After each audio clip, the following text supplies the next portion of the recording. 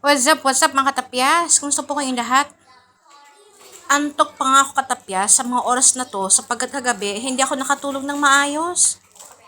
Pero syempre kahit na inaantok tayo, kailangan pa rin natin pumasok sa trabaho. Heto nga katapyas, ang una kong ginagawa, nag-aalis ako ng mga scotch tape oh.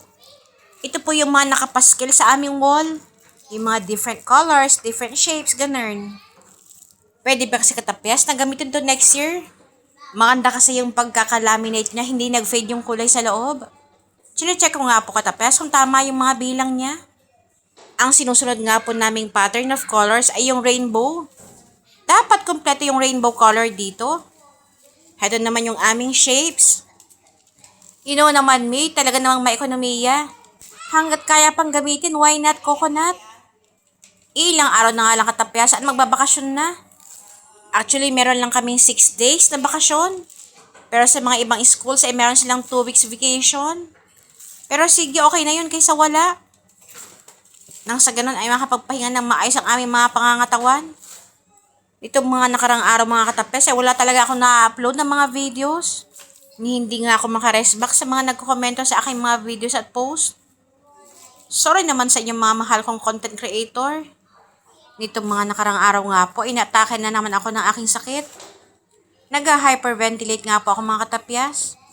Pati yung acid reflux ko, yung matake na naman. Konting kain ko ang katapyas ay nahirapan na ako agad huminga. Pero sa totoo lang ay kasalanan ko rin naman to. Napaparami kasi yung kain ko ng mga karaang linggo. Dagdag pang napakaraming sweets dito at juice. Yung best friend ko nga si Lara ay laging may dalang tsokolate. Pero syempre, disiplina ang kailangan. Dapat po ay alagaan natin ating mga sarili. Iwasan dapat ang iwasan, matatamis, mantika, mga prito, mga fast food, spicy. Pero as for now, thank you Lord talaga at medyo okay na aking pakiramdam. Gusto ko nga po i-share sa inyo ng mga nakarang araw. Meron nga po yung one time, nagising ako ng 5 a.m.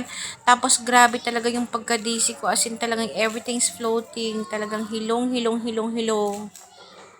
Umabot pa nga po katapyas ng after 2 hours bago ako nag-decide na pumunta ng ospital.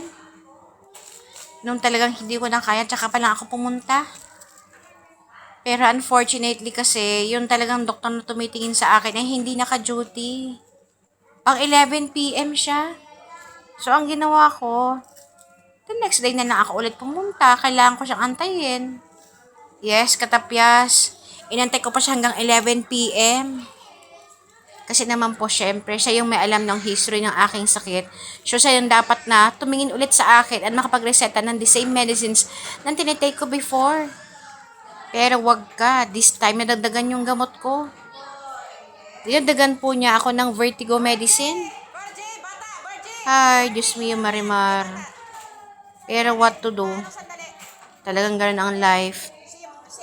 We have to accept the fact minsan na talagang tumatanda na tayo. Hindi tulad noon na para tayong kabayo. Ngayon nga katapyas, konting kain ko lang, madali na ako magkasakit. Konting buhat-buhat, hinihingal na kaagad.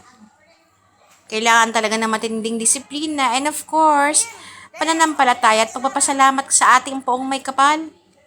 Lagi po nating lalakipan ng dasal ang bawat bagay na ating gagawin.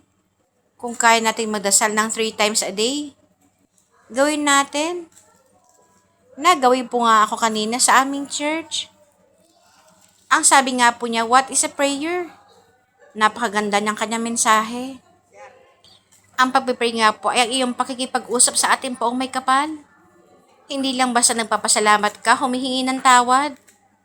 Kundi yung talagang daos-puso mong pakikipag-usap sa kanya ng iyong mga ginagawa sa iyong buhay, ang iyong plano, mga balakin, at syempre ang pagpapala ng lahat ng ating blessings na natatanggap araw-araw ay galing lamang sa Kanya. Kagaya po ng laging aking sinasabi, God is good all the time and all the time God is good. Well, anyway katapyas, sa lahat nga po pala ng mga nakaabot sa parte ng aking video ito, sana po ay mag-like, subscribe at comment po kayo. Makipag-engage ba? At sana rin po makatapyas ay may natutunan kayo sa aking mga videos kahit paano. Well, anyway katapyas, thank you so much for watching my videos. Have a good day everyone!